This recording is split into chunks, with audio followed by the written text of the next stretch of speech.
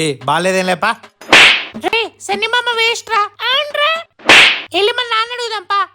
ఇప్పుడు ఇలా నాన్న తీస్తే నాలో మ్యాటర్ లేదనుకుంటారు, నేనే తీస్తా.